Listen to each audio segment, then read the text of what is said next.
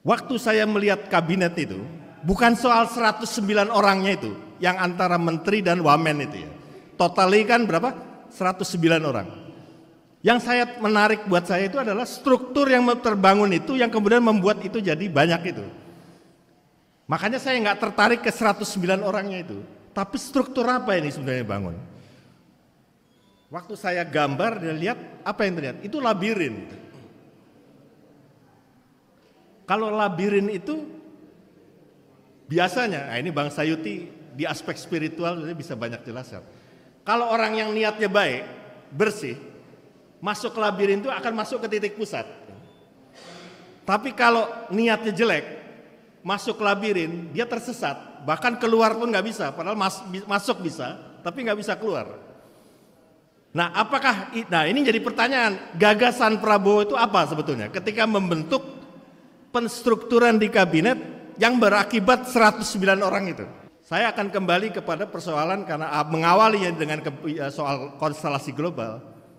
Maka juga saya ingin mengakhiri dengan manuver Prabowo terkait perkembangan global sekarang ini. Sebetulnya menarik. Sebelum beliau dilantik, coba apa yang perhatikan? Secara jeli, baca media aja, koran online berita. Dia nggak ke arah negara-negara barat, tapi ke Cina dan Rusia. Jalan Prabowo masih cukup terjal, tapi intinya yang kita perlu pertajam di sini, kalau memang konsisten dengan ada apa ini, mana konfigurasi dan formasi politik yang kau bangun pasca pidato DPR MPR itu.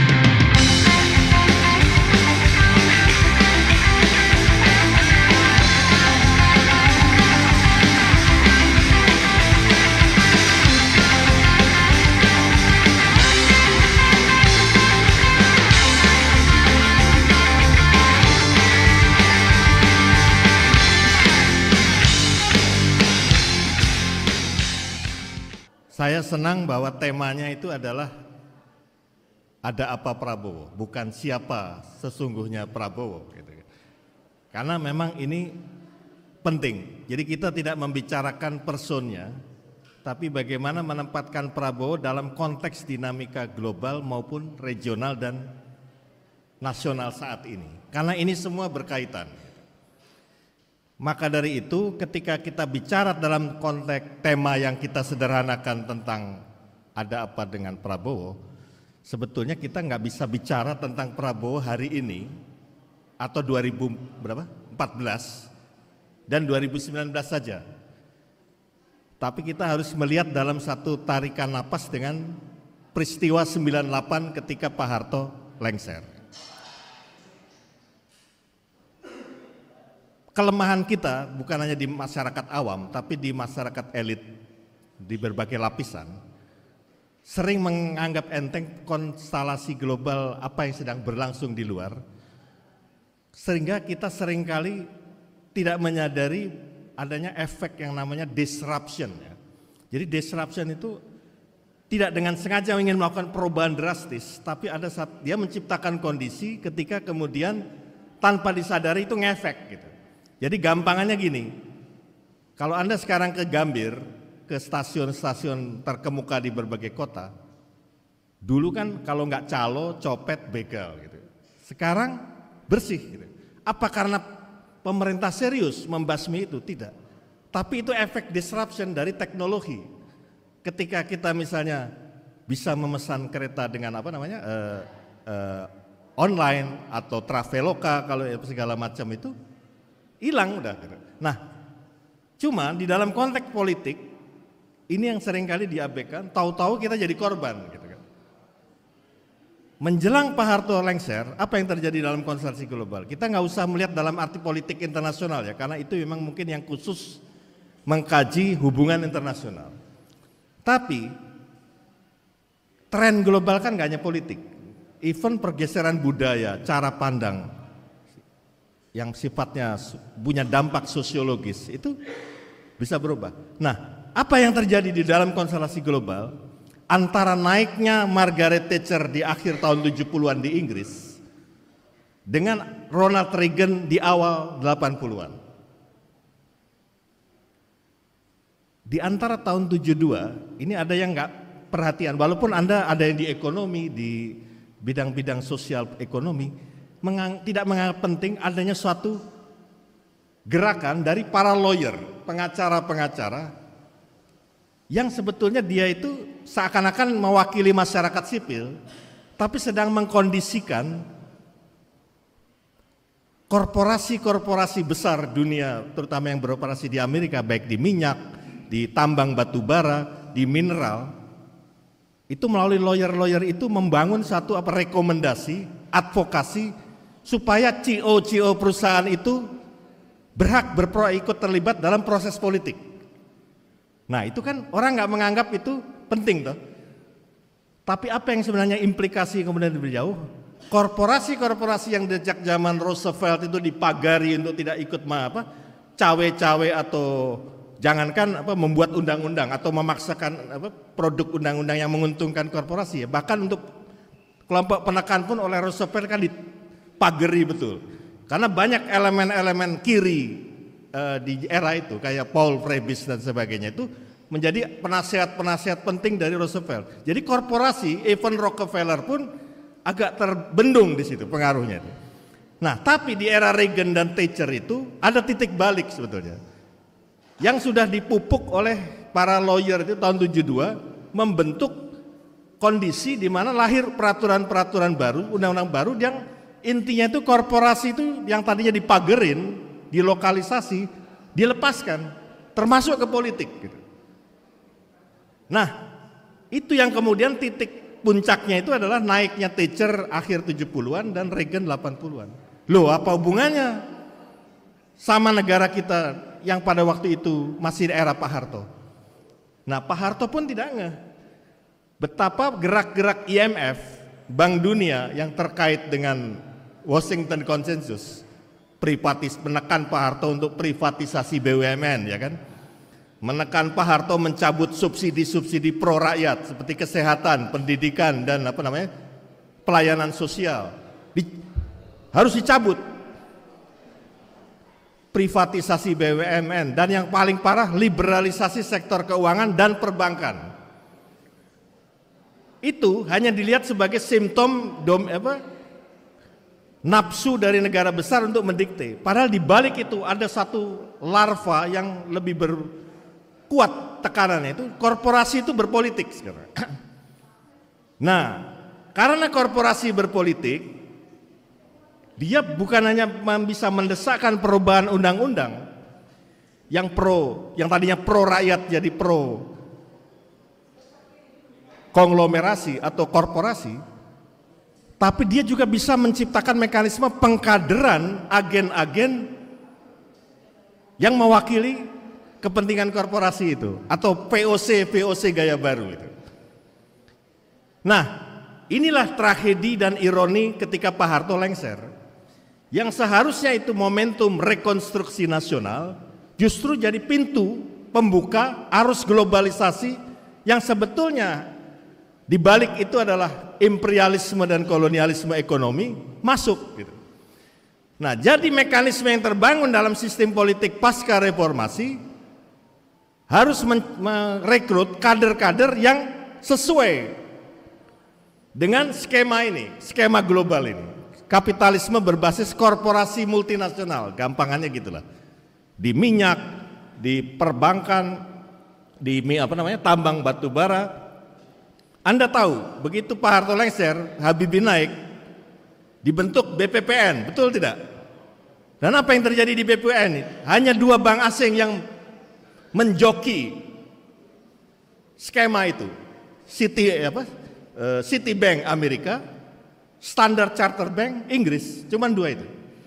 Tapi di situ melibatkan perusahaan-perusahaan korporasi itu tumplek di dalam kepentingan itu melalui pintu masuk yang namanya BPPN itu. Soal pilot, apa itu kan teknis ekonomi, tapi intinya penguasaan.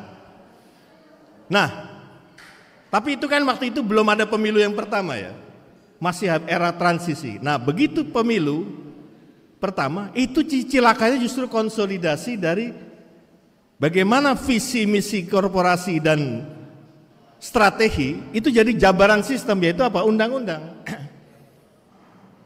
Jadi kalau kemudian kembali ke Undang-Undang Dasar 2002 atau amandemen 4 kali itu produk sistem yang suitable atau cocok dengan skim itu. Nah, yang kita luput dari perhatian itu konfigurasi yang terbangun di DPR maupun di eksekutif juga itu. Nah, untuk latar belakang cukup sekian sampai di situ. Sekarang langsung lompat ke Prabowo. Pidato Pak Prabowo di DPR, di MPR ya, buat saya surprise. Pertama, bicara beliau tentang perlunya swasembada energi dan pangan. Nah, ini menjawab tadi pertanyaan yang menggelisahkan dari Bang Sayuti tadi, mana kontra skema? Sebetulnya itu kontra skema. Yang jadi persoalan, nah ini, kalau kembali ke tema ada apa dengan Prabowo, harusnya pertanyaan yang lebih penting jabaran dari ini apa? Konfigurasi dan formasi politik apa yang dibangun Prabowo pasca dari pidato itu? Baik kabinet, formasi di MPR DPR, dan di dalam jalur-jalur yang kemudian kita lihat baik aja di kabinet dan sebagainya. Nah, merah putih tiba-tiba jadi abu-abu, ini yang jadi masalah. Kalau saya lihat di dalam konfigurasi dan formasi yang terbangun di dalam kabinet itu. Waktu saya melihat kabinet itu, bukan soal 109 orangnya itu, yang antara menteri dan wamen itu ya. Totalnya kan berapa? 109 orang. Yang saya menarik buat saya itu adalah struktur yang terbangun itu yang kemudian membuat itu jadi banyak itu.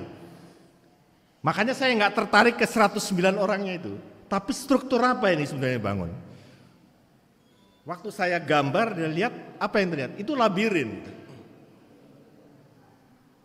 Kalau labirin itu biasanya, nah ini Bang Sayuti di aspek spiritual bisa banyak jelaskan. Kalau orang yang niatnya baik, bersih, masuk ke labirin itu akan masuk ke titik pusat. Tapi kalau niatnya jelek, masuk ke labirin, dia tersesat, bahkan keluar pun nggak bisa, padahal masuk bisa, tapi nggak bisa keluar. Nah, nah ini jadi pertanyaan, gagasan Prabowo itu apa sebetulnya ketika membentuk penstrukturan di kabinet yang berakibat 109 orang itu. Jadi saya nggak mau tertarik dengan isu yang berkembang, wah kabinet gemuk, kabinet gemoy, nggak penting gitu. Yang jadi penting strukturisasi itu apa gagasannya gitu. Karena ini akan menjawab konfigurasi tadi. Sebab tanpa konfigurasi dan politik, formasi politik yang suitable dengan pidato di MPR itu akan jadi retorika dari apa yang disampaikan oleh Pak Prabowo. Nah, tapi spirit kita saya nangkap dan saya mengapresiasi bahwa prinsip dasarnya kan ini self kritik dan berharap Prabowo mau berbuat yang terbaik kan gitu. Nah, karena itu saya akan kembali kepada persoalan karena mengawali dengan soal konstelasi global. Maka juga saya ingin mengakhiri dengan manuver Prabowo terkait perkembangan global sekarang ini. Sebetulnya menarik. Sebelum beliau dilantik, coba apa yang perhatikan? Secara jeli, baca media aja, koran online berita. Dia nggak ke arah negara-negara barat, tapi ke Cina dan Rusia. Walaupun ada beberapa kayak Korsel, Jepang itu, tapi intinya kan dua itu. Yang kedua, begitu dilantik, Menteri Luar Negeri Sugiono dikirim kemana? Kasan. Apa yang terjadi di Kasan? Itu pertemuan BRICS.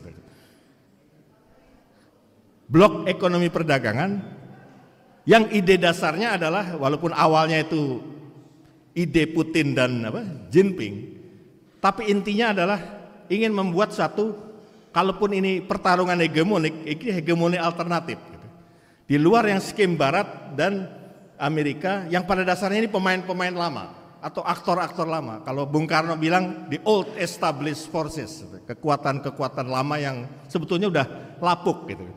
Nah, ini inti dari BRICS, walaupun Rusia, Cina, sebetulnya ini kan global south, konfigurasi negara-negara selatan, negara berkembang yang aspirasinya jelas bertabrakan dengan skim yang saya gambarkan di awal tadi, kapitalisme global berbasis korporasi.